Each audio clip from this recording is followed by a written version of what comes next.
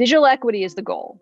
This is individuals, communities having full access to information, communication technologies to do whatever they need to do. And then digital inclusion is the how. These are the activities that would get us to the digital equity. Digital inclusion work in the United States has been very local. It's a grassroots kind of activity, for most part because there hasn't been any money for this. There was nobody to tell you what to do if there was no money for it. So that means it really developed from the ground. And those activities are affordable home broadband. So sometimes this means paying for somebody's internet service. Sometimes it means negotiating for lower rates. Sometimes it means building something that's cheaper. It also means affordable devices in the home, right? And that meet your needs. The reasons that someone might not have internet in their home, one reason is that the infrastructure doesn't exist, right? It's just not there. Your only option might be satellite, and that is crazy expensive and unreliable. But then the next reason that you may not have internet in your home is that it's expensive. The infrastructure might exist, but you're like, look, I'm not paying $70 a month. That is just not in the budget. And then another reason you may not have it in your home is that it might be there and maybe you can afford it, but you're not sure how to use it, or you're not sure you trust it, security, privacy concerns, right? All kinds of reasons when folks would be like, not doing it. So there's a multitude of reasons. And sometimes that availability question of whether it's there kind of gets confused with, well, it's there, but people aren't signing up for it. Prior to the pandemic, we knew that this was happening, but a lot of policymakers were not aware of that. They just assumed that it was only a rural problem. This is not just a rural problem.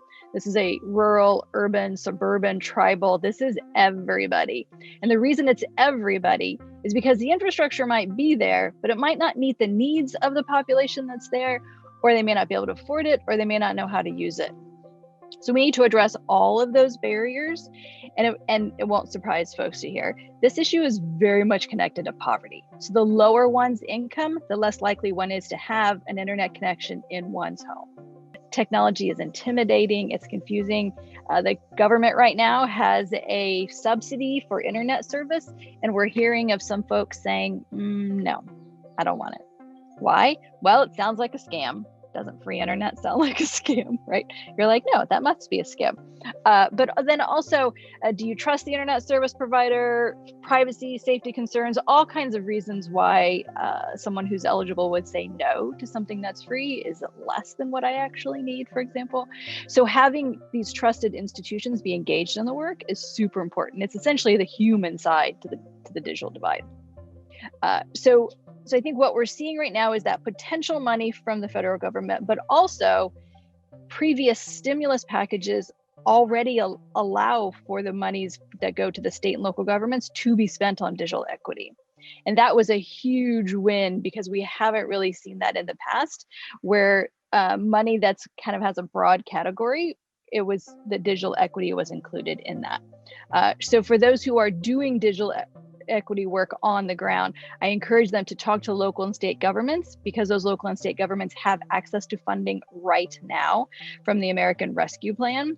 And there's no reason not to ask for some of that money to continue this work.